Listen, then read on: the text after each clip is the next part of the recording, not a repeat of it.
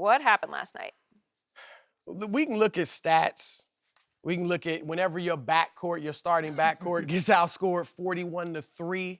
Wait, it's tough to overcome. Are we saying LeBron's not in that backcourt? Yeah, we're saying he's not in that backcourt. So even if you just say two of your starters get outscored 41-3 by two of the other starters, you know, whatever you want to call it. You make 15 turnovers, they make 5. That's tough to overcome. Yes. But ultimately what this boils down to, the Cavs have run into a smart, talented team that executes tremendously. But more importantly, they have grit, they're grimy, they're tough, they're hard-nosed. Every loose ball that was important, they got to. Every 50-50 ball, they got to. Every time you needed an offensive rebound, they seem to get it. The Cavs don't want that type of fight anymore. They don't. If you look at the teams that LeBron has carried deep in the playoffs or to the finals that weren't that talented, that didn't have superstars like Kyrie or like he had in Miami, they had energy guys and grinders. Delonte West, Anderson Varejao, Eric Snow. Other than Tristan Thompson, there's nobody else you can even think about putting in that category. And the Cavs have become soft. The Cavs like to punch you, hit you hard early, and then you submit, and then they want to coast. You saw it against the Pacers. When they got the Pacers, whenever they get a sizable lead, they relax, and next thing you know, they're in a 2-point game, and they got to grind it out.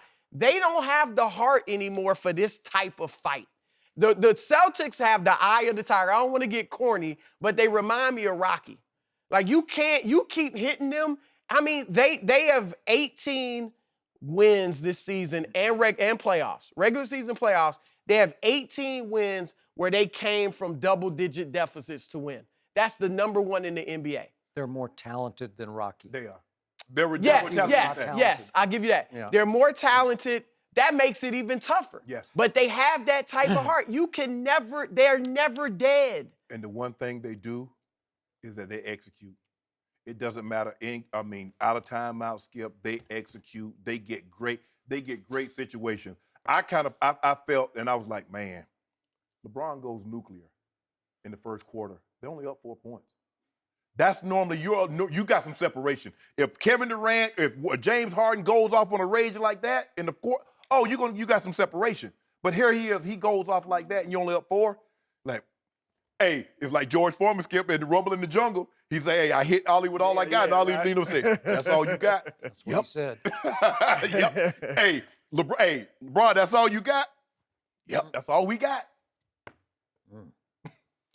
So, LeBron James last night huffed and he puffed and he tried to blow their house down in the first quarter. And it was blowing sideways outside, raining, storming. Yes.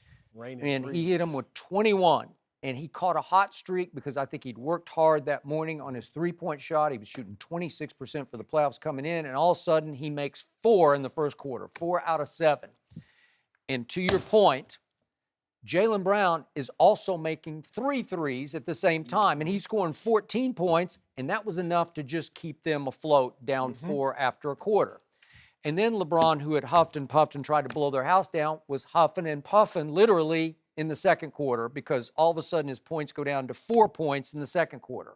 Okay? Maybe 23-year-old LeBron instead of 33-year-old, maybe he could have kept that up. Maybe he would have just poured it on until they said no mas. I thought there was a point in the second quarter where Boston was close. Boston looked pretty shaky in the first half. On offense, I got to tell you, they were out of sync. They were on their heels. They were not clicking on offense, but they managed just to barely hang in. Remember, they made 2 plays late in the second quarter that barely kept them afloat, down 7 at halftime. Marcus Morris made a shot on LeBron, and then LeBron turned it over, and they got an easy basket at the end. So it's a 7-point game, and I still thought that LeBron and company had them on their heels. And then the third quarter happens, and it's 36-22, which is just incomprehensible to me. And I'm to my bottom line here, and I'm not gonna give him a pass on this. LeBron at age 33, after 15 years in this league, he just plays little to no defense, and it sets no tone for the rest of the team. He's clearly, by far, their best player. You think he's the best player on the planet, so I'll give you that. For the sake of this discussion, he's the best player in the NBA, and he plays little to no defense, and the stats back me up on this because now he's fallen in defensive win shares in the postseason to 74th. It's pretty terrible because the whole top 10 is populated by Golden State Warriors because Draymond is 1 and Clay is 2, and then we go down the list. Steph is 4 in overall individual defense. KD is 6, and Iggy, the end of the Hamptons 5, is 11. So they got all 5 starters in the top 11 in defensive win shares. They're the best postseason defensive team, and you can make a case they're also the best offensive team. What do you think's going to happen? They're going to win. They might just sweep Houston right out of the playoffs. But Skip, in a game like this is where LeBron misses Kyrie the most.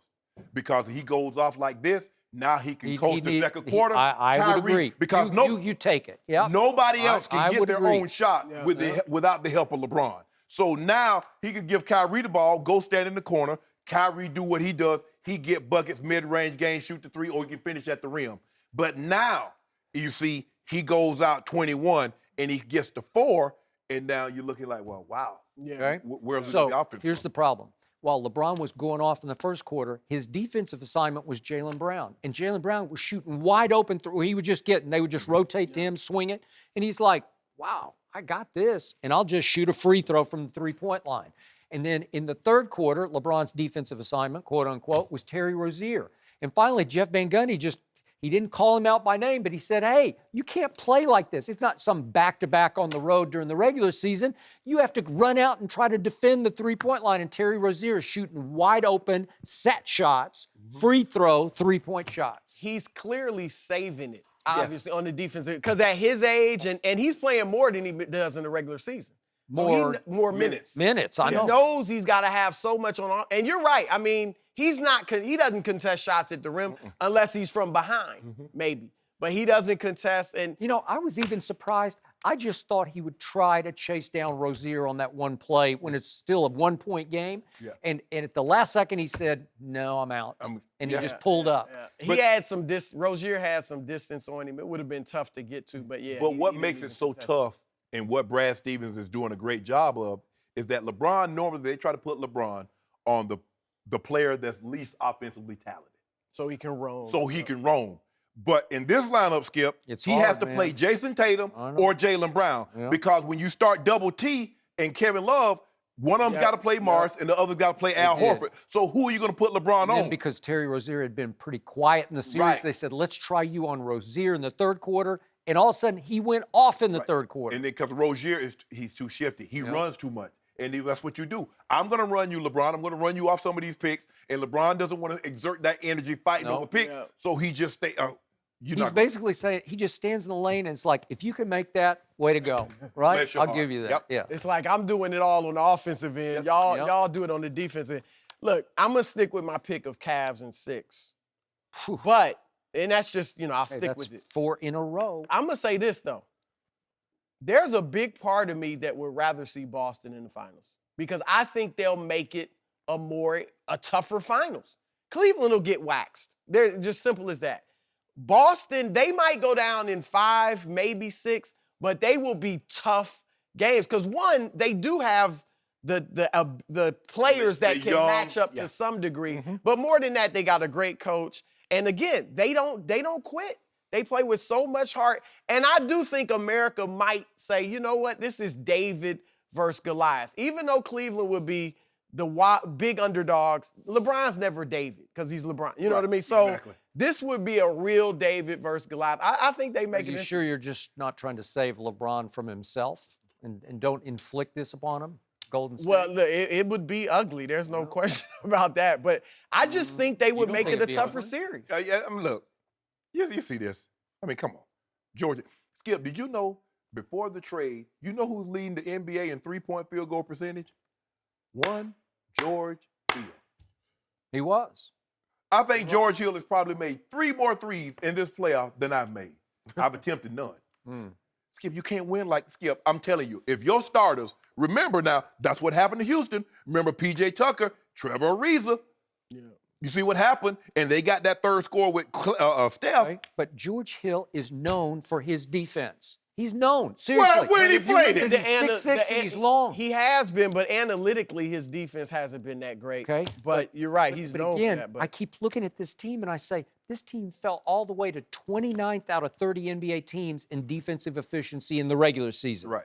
Boston was #1 in defense from start to finish for a reason. Because they're smart, they're high basketball IQ, they got basketball backbone, they got all that stuff you've been talking, all that grit and scrap and all that stuff. But they're young, Skip. Yep. They're athletic, and they can see the Cavaliers can rotate once, and if you swing the ball again, somebody getting a wide open look.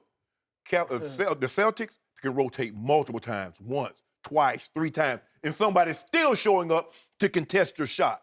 Well, the Cavaliers don't have those young legs like that, Skip. So, and they said, this is how we're going to win. Brad Stevens convinced them. This is the way we're going to win, guys. We're going to rotate. We're going to play great defense. We're going to get out. and the young guys they do have that we all got excited about when they made that trade, they're not ready.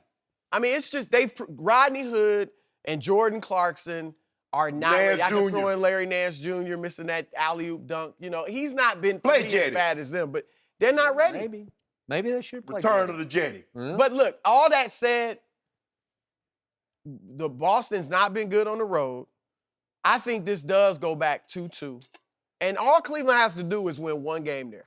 Could be 5, could be 7. We got them. Didn't have to be one of the first 2. So it's not over. No. 4 in a row, says Chris. Well, I picked them in 6, whether it's 6, 7, whatever. Skip, the Celtics don't want this thing to go 6 or 7 because it's over. If my life depended on it, I would pick Boston. I'll be honest. And 7 in a game 7, as much as LeBron's done it, and I would just say, you know what, I believe in LeBron James. Man, these dudes, I would not want to see them in a game 7. Let me give you a little at Boston. In 3 game 2s this year, LeBron James is averaging 44, 10, and 10, and he's 2-1. It's not so much just about I know he would do his thing. That's my thing. But it's the rest of them. Exactly. I know what he's gonna give me. I know they're gonna give me on Saturday too. Now you make sure have Ernestine go and get you a nice little catered thing. Don't go nowhere, because you ain't gonna want to miss this. Maybe he should consider playing in game 1 how he plays in game 2. See Joy out with his pettiness. I mean, Biscayne Barbie, she would Wait not till let he it say he going to Miami. No, he better not. If he goes to Miami, I'm done. I'm off the boat. I'm done. I can't do it. I can't do it. I'm out. And all my Cleveland stuff, I'm giving it back. Nope. They did us wrong. So Boston is 1-4 on the road in the postseason. The one came at Philly when Bellinelli looked like he'd made a 3 that turned out to be a 2, and it goes to overtime, and Jason Tatum took over the overtime. A rookie, took it over, and that's the only game they've won. Philly gave them that game. They got 6 guys in double figures, and Baines had 9 points in 17 minutes. Yep. You about to almost have 7 guys, and the Cavaliers got 3. Well, how about this? Boston took 42 completely uncontested shots, and the Cavaliers took 11 uncontested shots. What do you think is going to happen? Yeah. These guys are too good. Yeah. 3 in the second half. That's what the Cavaliers took in the second half. On 3. uncontested shots, Boston outscored Cleveland 50-13. What do you think is going to happen? You're going to lose. If Indiana had a little more talent, they probably would have won that series. Toronto did submit. Like I said, Cleveland punched them in the face, and they submit because they were beat them spooked out. by That's what you LeBron. do. That's what you do. You know what I'm saying? See, That's what they try to do. You can't do it with this team. But you know, when you in the growing up, you get the fight, you get the tussle, and they break it up. Yeah, you better be glad they broke it up. So you beat a joker till he break loose. Okay. You got to worry about it. I'm going to make one more point in Cleveland's favor. What? Just see the glasses half full as you're trying to see. That fourth quarter was weird last night because there was no Kyrie on the floor for the Celtics. And remember, from the 11-minute mark down to the 6-minute mark, nobody could score. It was wide up. I mean, I kept saying, go, take it. Boston was giving it to them, and the Cleveland couldn't close it. Boston was 0 for 7 from the three-point line in the fourth quarter. 0 for 7? Of course, Cleveland wound up 0 for 8 in the fourth quarter from the three-point line. But that whole, you know what the score was over that 5-minute mark? It was Cleveland 5, Boston 3. So the Celtics scored 3 points in a almost a 6-minute stretch of the fourth quarter. Wouldn't that? It was right there. It was right there. I'm gonna say this, and no, I don't think anybody on earth outside of Boston Celtics fans and players wanted LeBron to be out. because I was like, oh, please don't make him be concussed. Mhm. But he may have been concussed because you saw his eyes were glazed when he Yeah. got hit, and he wasn't the same. Yeah. He still had his moments, but he wasn't the same when he came back. That was a hard hit. Oh, you got caught in flood. That was a hard hit. Well, he said he took all the tests and he was completely negative. Remember when Steph in the playoffs took some tests Mm-hmm. supposedly and came back and played, but then was out like the next game, I think? Wait a minute. Now we're couple giving years him the ago? concussion? No, I'm excuse? just no, saying. No, they got beat. I wouldn't be surprised if it would have. Well, it'll help if He got his three bell players. rung. Love, Bron, and Corver scored 75 points. The rest of the team scored 19. I don't know how we. Corver's like, when did I become the third option? Exactly. I think he is a good third option. Well, that was supposed to be JR. He's a good role player, but On JR. We got to leave it there. Chris, thanks for joining us.